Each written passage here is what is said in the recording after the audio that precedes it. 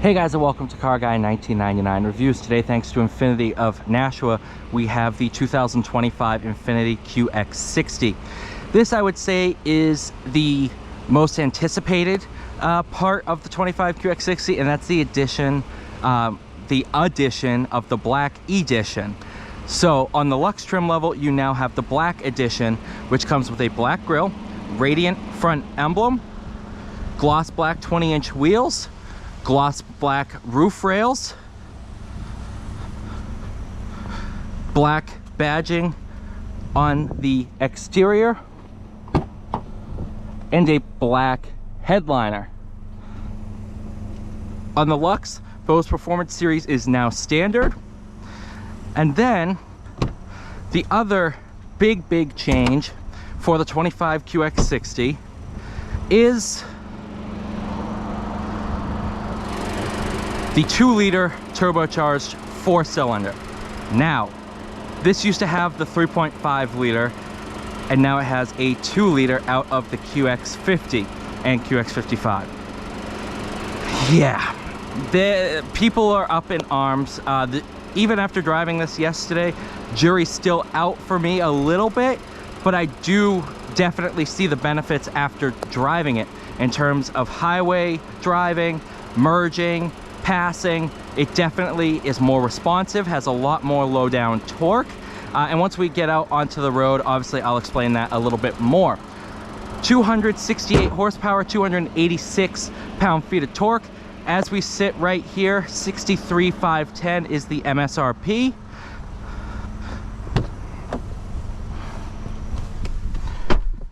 All right, do have wireless charging, ice cold AC on a nice humid day like today, ventilated seats, panoramic sunroof, remote start obviously. Do have a new key. Which one is this one? Is this one? There we go. This is the key for this exact car. Same key that the 25 QX80 will have.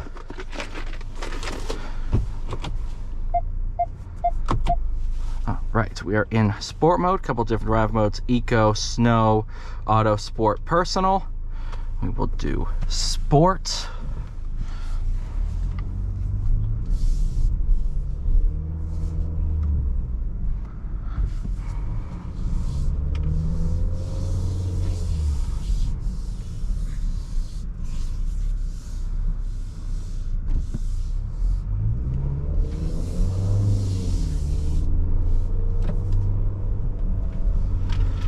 So actually, as far as I'm aware, and I did a little bit of research on this, this is the first time the 2-liter has been made into a torque converter. So this still has the 9-speed torque converter, and this is the first time that this 2-liter's been made into a non-CVT.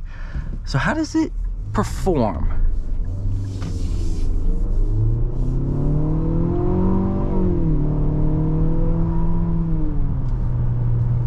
As I said, in terms of passing, responsiveness, the transmission, this 9-speed seems way more suited to this engine than it did the V6. I always kind of felt the transmission tuning needed a little refinement, and it's definitely much more suited to this power band than it was the V6.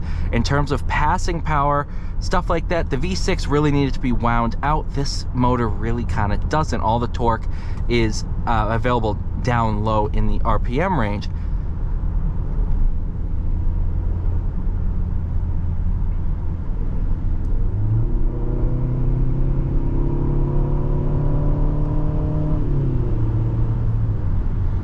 I was also concerned about the sound.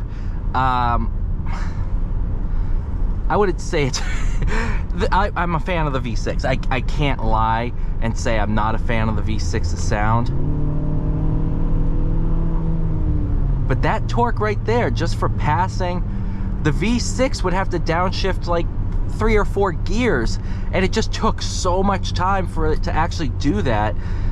This one, you downshift a gear and you're good. So it's just become much more responsive.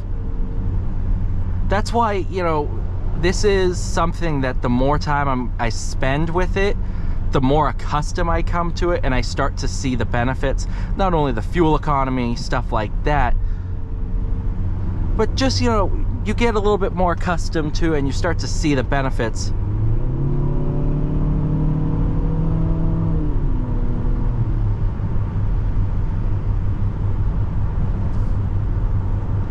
And with the sound deadening of the QX60, if you've driven older, like a 2019 QX50, this motor was very, very noisy. It made a bunch of really, really weird noises.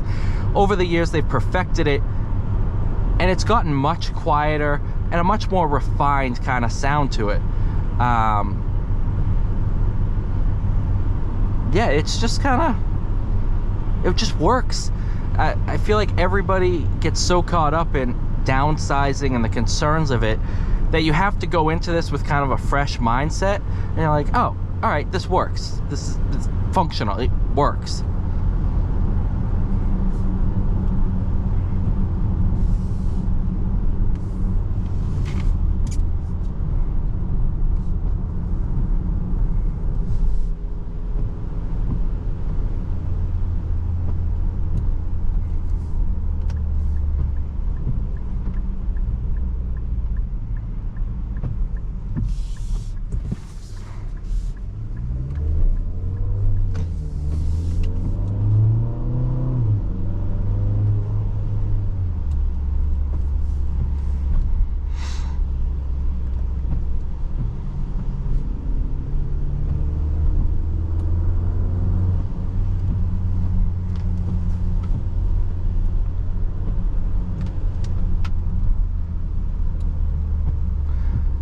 Now, in terms of driving dynamics, I wouldn't say it's changed much, other than obviously the powertrain and transmission.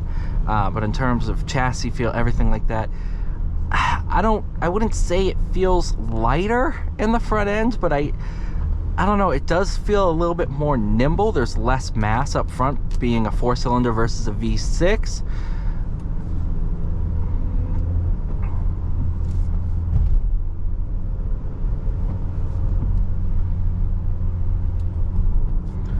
Pop it into our auto drive mode and just kind of, because in the sport mode it tends to hold revs a little bit, so it kind of is an unfair comparison to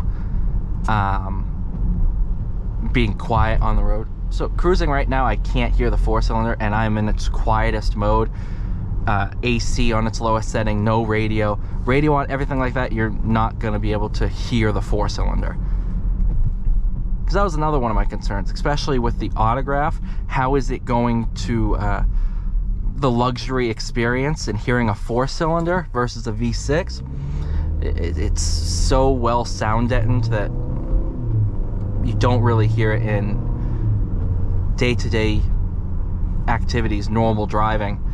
And the moments that you do hear, it sounds perfectly fine.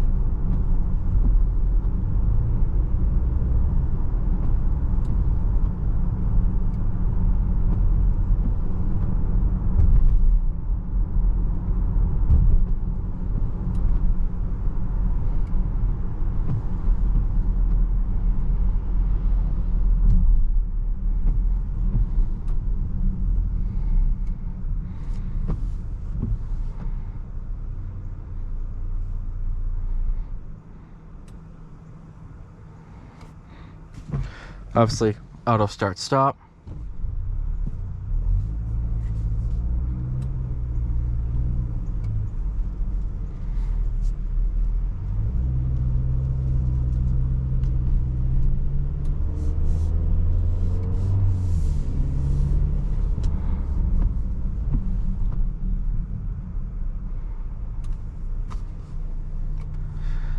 But all in all, I do think it's better than I went in expecting. It's, again, downsizing. Some car enthusiasts are against it, but when you look at this car with a fresh set of eyes and you realize what it was designed to do, I think the 4-cylinder is a step up over the V6 in a lot of categories. Thank you guys so much for watching. Please like, share, subscribe. I'll see you all in the next one.